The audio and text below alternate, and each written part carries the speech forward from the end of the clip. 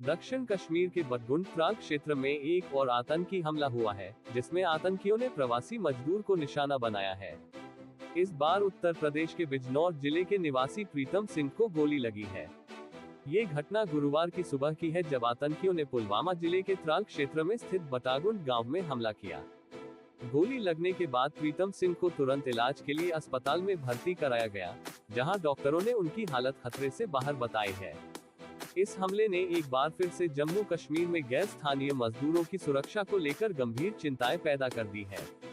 पिछले एक सप्ताह में ये तीसरा हमला है, जिसमें प्रवासी मजदूरों को निशाना बनाया गया है। इससे पहले भी कई अन्य घटनाएं हो चुकी हैं, जिनमें आतंकियों ने गैर कश्मीरी मजदूरों को घायल किया है या जान से मार डाला है। इन हमलों के पीछे आतंकवादियों का मकसद साफ नजर आता है कि वे जम्मू कश्मीर में बाहरी लोगों के खिलाफ दहशत फैलाना चाहते हैं। प्रीतम सिंह उत्तर प्रदेश के बिजनौर जिले से आए थे और कश्मीर में मजदूरी करके अपने परिवार की जीविका चलाते थे। वह अपने काम में व्यस्त थे, जब अचानक आतंकियों ने उन पर गोली चलाई। उन्हें तुरंत स्थानीय लोगों और पुलिस की मदद से अस्पताल ले जाया गया, जहां उनकी जान बच गई। गोली उनके हाथ में लगी थी, जिससे वह गंभीर रूप से घायल हो गए, लेकिन अब उनकी हालत स्थिर है। इस घटना के बाद जम्मू कश्मीर पुलिस और सुरक्षा बलों ने इलाके में सघन तलाशी अभियान शुरू कर दिया है। पुलिस के अनुसार आतंकियों की पहचान की जा रही है और जल्द ही उन्हें पकड़ने के प्रयास किए जा रहे हैं। इसके अलावा सुरक्षा बलों ने गैर स्थानीय मजदूरों को अतिरिक्त सुरक्षा प्रदान करने के लिए कई उपाय भी किए हैं, ताकि ऐसे हमलों से बचा जा सके। हाल के दिनों में कश्मीर में गैर स्थानीय लोगों पर लगातार हो रहे हमलों ने यहाँ की स्थिति को और तनावपूर्ण बना दिया है। पिछले कुछ वर्षों से आतंकवादी लगातार गैर कश्मीरी मजदूरों को निशाना बना रहे हैं, जिसका मुख्य उद्देश्य राज्य में काम करने वाले बाहरी लोगों में डर और दहशत पैदा करना है।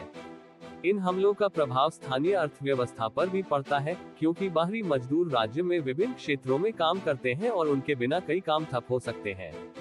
प्रवासी मजदूरों पर हो रहे इन हमलों को लेकर सुरक्षा एजेंसियों ने भी चिंता जताई है। जम्मू कश्मीर के विभिन्न हिस्सों में तैनात सुरक्षा बलों को अतिरिक्त सतर्कता बरतने के निर्देश दिए गए हैं।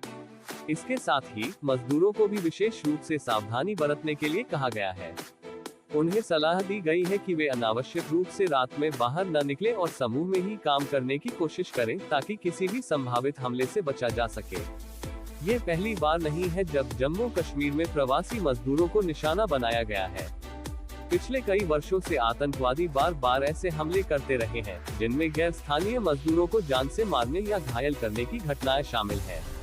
इन हमलों के कारण प्रवासी मजदूरों में डर का माहौल पैदा हो गया है और कुछ मजदूर अपनी सुरक्षा को ध्यान में रखते हुए वापस अपने घरों को लौटने की योजना बना रहे हैं।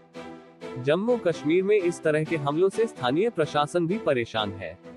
सरकार ने इन हमलों की निंदा की है और मजदूरों की सुरक्षा के लिए हर संभव कदम उठाने का आश्वासन दिया है।